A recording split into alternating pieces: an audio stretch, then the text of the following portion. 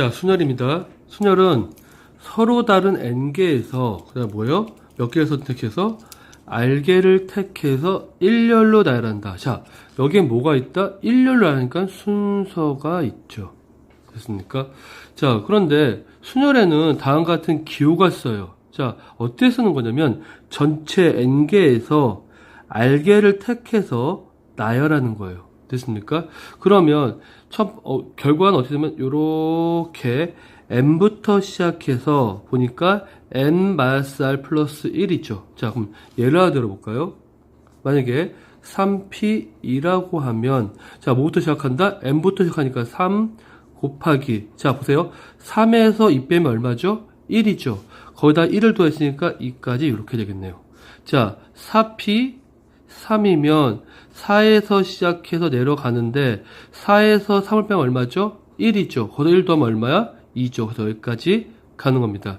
자, 그러면 다음같이 n부터 여기까지 가는데 요식은 어떻게 나왔냐? 자, 정리해 보시면 일단 분모는 n부터 n-1까지 해서 땡땡땡 n-r 플러스 1까지 가죠.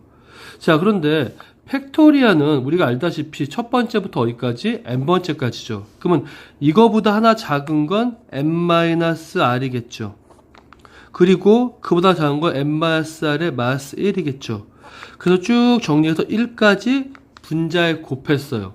자, 분자에 곱했으면 당연히 뭐 해야 돼? 분모에도 똑같이 곱했던 거를 그대로 써 주셔야 전체 값의 변화는 없겠죠. 자, 보니까 n에서 시작해서 1로 끝나고 모두 곱해졌으니까 n 팩토리아. 자, 여기 보니까 n-r부터 시작해서 어디까지? 1까지 곱해지니까 n-r 팩토리아. 됐나요? 자, 여기서 중요한 게 있습니다. 요거 기억하세요. n개 중에서 0개 선택했다. 선택을 했기 때문에 한 가지입니다. 0 팩토리아는 얼마다? 1이다. 알겠죠? 기호에 대한 기본적인 이해하시고요. 요것도 기억해 주세요. 나중에 증명 문제 할 때 자주 나옵니다. 자, 이웃하는 경우의 순열. 이웃하는 경우가 있고요. 이웃하지 않는 경우가 있어요. 이웃을 하는 것은 자, 제일 중요합니다. 묶어서 나열한다. 어떻게? 하나로 묶어 나열한다. 이웃한다고 할 때 우리는 그걸 하나로 묶어요. 그리고 나서 어떻게 하냐? 묶음 안에서 이웃한 것끼리 자리를 바꾼다. 자, 이웃한 것끼리 뭐 한다? 자리를 바꾼다. 그리고 나열한다. 자, 두 가지입니다. 첫 번째는 하나로 묶고 두 번째 이웃한 것끼리 자리를 바꾼다. 기억해 두시고요. 이웃하지 않았을 땐, 자, 보세요. 전체 경우의 수에서 이웃한 경우를 뺀다. 다른 말을 뭘 이용한다? 여사건을 이용한다. 왜? 전체에서 이웃하는 것만 뺀다면 이웃하지 않는 게 나오겠죠. 아니면 이웃이 되는 경우를 먼저 나열한 경우에는 경우의 수와 이웃해도 되는 것을 나열하는 그 사이의 양 끝에 이웃을 하면 안 되는 것을 나열하는 경우로 꼽는다. 이게 무슨 말이죠? 자시오. 이웃하는 것을 먼저 나열해요. 그리고 이웃하지 않는 것들 나열해요. 자, 예를 들면 A가 있고 B가 있고 A가 있고 B가 있어. 이렇게 나열한다고 칠게요. 그럼 어떻게 한다? 여기서 A가 쓸까요? A끼리는 서로 이웃할 수 있어. 그럼 여기다 A라고 써도 상관없어. 근데 B는 이웃하면 안 돼. 그럼 어떻게 쓰느냐? 잘 봐요. A를 먼저 나열해 줍니다. 왜? 이웃하도 되는 것들을. 그럼 B는 어떻게 할까요? B는 당연히 이웃하면 안 된다면 B는 A 사이에 들어가야겠죠. 그래서 우리는 먼저 A 4개를 이웃 나열했다면 4팩토리아가 될 겁니다. 자, 그런데 하나, 둘, 셋, 넷 여기까지겠네요. 5군데 중에서 몇 군데? 2군데에서 B가 들어가겠죠. 근데 5개 중에서 2개를 선택해서 나열하는 거니까 이렇게 쓸 수가 있겠네요. 자, 기억이 났나요? 자, 그 다음에 문제에서 보시면 합의 법칙과 고배의 법칙이 있는데, 자, 합의 법칙은 A라는 사건과 B라는 사건이 동시에 일어났을 때 사건 A가 일어나는 경우의 수가 M이고요. 그 다음에 사건 B가 일어나는 경우가 N이라고 하면 그때 잘 보세요. A 또는 B가 일어나는 경우의 수는 자, 여기에 무슨 말이 되어 있죠? 또는 있죠. 또는. 합의 사건을 여러분이 머릿속으로 이해하려고 하지 마세요. 그냥 또는이란 말이 나오면 그냥 합의 사건입니다. 그때 어떻게 한다? 2개의 사건을 더해줍니다. A와 B가 동시에 일어나는 경우의 수를 L이라고 하면 자, 동시에 일어나죠. 그럼 어떻게 한다? A 또는 B가 일어나는 경우의 수 하는데 보니까 A가 일어나는 경우, B가 일어나는 경우. 자, 여기는 뭐죠? 동시에 일어나는 거 뭘까? A와 B가 동시에 교집합이라고 써도 될까요? 자, 이렇게 접근하시면 좀 더 사건을 구하기가 쉬울 겁니다. 합의 부칙은 세 이상의 사건에 대해서 성립한다라고 되어 있네요. 이 정도 기억해 두시고요. 자, 그래서 간단히 예가 들어가 있는데 1부터 20까지 중에 3의 배수, 4의 배수. 자, 그럼 3의 배수 구했더니 띠리릭, 4의 배수 구했더니 띠리릭. 자, 보니까 여기 12 어때요? 동시에 들어가 있네요. 또 있나요? 없죠. 그러면 우리는 어디서 못 빼야 돼? 보신 것처럼 A와 B가 동시에 성립되는 건 양쪽에 다 들어가 있으니까 그만큼은 빼줘야겠죠. 왜? 보니까 이거는 중복이 되는 거니까. 됐나요? 자, 그 다음에 곱의 법칙입니다. 곱의 법칙 읽어볼게요. A와 B가 일어나는 경우의 수가 M과 N일 때, 그런데 여기 뭐라고 되어 있냐면, 동시에 A 또는 연속해라는, 자, 중요해요. 동시에, 연속해서. 이거 우리가 한 단어로 얘기할게요. 그리고. 됐나요? A가 일어나고 그리고 B가 일어나거나 A가 일어난 다음에 그리고 B가 일어나고 뭐죠? 같은 말이죠. 동시에 일어난다, 연속해 일어난다. 꼭 기억해 두시기 바랍니다. 그래서 문제에서 보시면 A, B, C 네 점의 도로망이 있을 때 A, B, D, A, C, D, A, B, C, D, A, C, B, D 이렇게 나왔네요. 자, 쭉 보니까 어때요?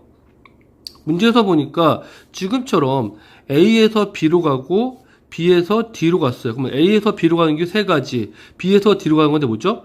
A에서 우리가 D로 간다면 A에서 B로 가고 그리고 B에서 D로 가거나 A, B를 간 다음에 그 다음에 B, D를 가는 거죠. 뭐죠? 연속해로 일어나는 거나 동시에 일어나는 거죠. 그래서 중간에 곱합니다. 그리고 이 각각의 경우들을 비합니다. 1번, 4번까지는 또는이죠. 이런 경우도 있고, 이런 경우도 있고, 이런 경우도 있고, 이런 경우도. 그래서 그때는 각각의 사건들을 어떻게 해준다? 더해준다. 아시겠습니까? 자, 그 다음에 순열 볼게요. 순열은 다음과 같이 쭉 보니까 제일 대표적인 게 뭐죠? 숫자의 날 같은 경우가 나와요. 자, 한번 눈으로 쭉 보셨으면 좋겠고요. 이건 문제를 통해 다시 한번 확인하겠습니다. 자, 오른쪽에 기호부터 이해할게요. 서로 다른 n개에서 몇 개를 알게 선택해서 일렬로 뭐가 존재한다? 순서가 존재한다. 그때 우리는 다음 같은 기호를 쓰고 그 기호를 나열하면 이렇게 되고 더 중요한 건 뭐죠? 여기 써있죠. 증명 과정이. 여기에 보시면 요만큼이 추가되니까 요만큼을 나눠줘야겠죠. 그래서 분자는 n부터 시작해서 1까지고요. 분자는 n-r부터 시작해서 1까지예요. 됐습니까? 기억해 두시고요. 그래서 다음과 같이 정리된 내용이 있으니까 요거는 꼭 기억해 두시기 바랍니다. 자, 그런데 간단하게 이런 게 있죠. 뭐 예를 들면 n개 중에서 n개를 택해 나열한다 하면 n팩토리얼 이건 간단히 나타날 수 있어요. 이 정도를 매번 공식에 넣을 필요는 없을 것 같습니다. 자, 이웃하는 경우의 순열. 이웃한다, 나란히 있다죠. 첫 번째 뭐가 떠올라요? 한 묶음으로 묶는다.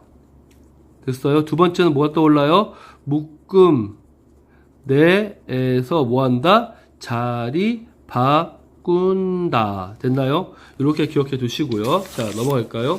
자, 이웃하는 경우에 순열되어 있는데 보니까 m 곱하기 n이래요. 자, 이게 무슨 말이냐 그랬더니 이웃하지 않는 경우의 순열은 뭐냐 그랬더니 전체 경우의 수에서 자, 뭐라고 되어 있어요? 이웃하는 경우를 뺀다. 그러니까 이웃하지 않는다는 얘기는 전체에서 이웃하는 걸 뺀다. 다른 말로 하면 여사건으로 접근한다라고 되어 있죠. 이웃해도 되는 경우를 먼저 경우사 나누고 이웃해도 되는 것들 사이에 그 다음에 양끝이 이웃이 안 되는 것들을 나열해서 곱한다. 오, 무슨 말이냐?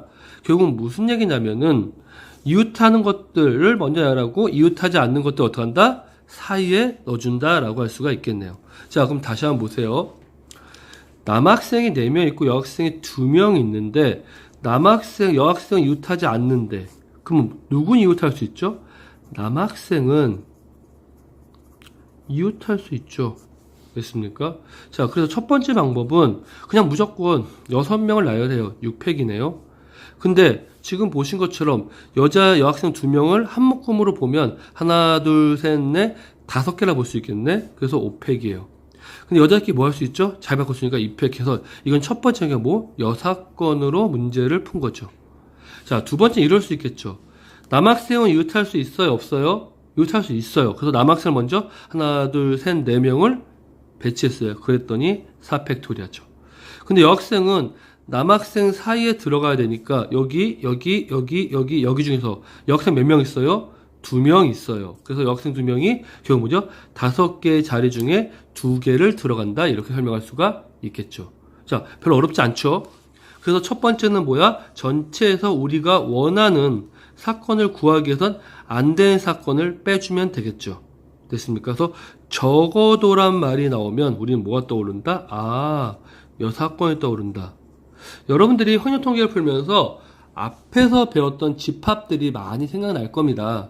그런 것들을 너무 어렵게 생각하지 마시고 그냥 기본적인 내용들만 꼼꼼하게 보시면 돼요. 자, 그럼 다시 한번 쓱 한번 정리하고 갈게요. 이웃하는 경우는 뭐 한다? 자, 첫 번째 하나에 묶는다. 두 번째 뭔다? 묶음 안에서 이웃한 것끼리 뭐 한다? 자리 바꾼다. 됐어요? 자, 이웃하지 않을 때 어떻게 한다? 전체에서 이웃하는 경우를 뺀다. 두 번째 어떤 방법이 있다? 이웃되는 것을 먼저 나열하고 그 다음에 뭐 한다? 이웃해야 되는 것 사이와 양 끝에 뭐 한다? 이웃하면 안 되는 것들을 나열한다. 어디야? 사이와 양 끝에 어떤 것들을 이웃하면 안 되는 것들을 나열한다. 이러면은 훨씬 쉽겠죠. 나열이니까 당연히 뭐가 생각나? 순열이 생각나야겠죠. 됐습니까? 아래쪽은 그냥 쭉 읽어보시기 바랍니다. 자, 개념은 어렵지 않지만 여러 문제를 통해서 많이 적응을 하셔야 돼요.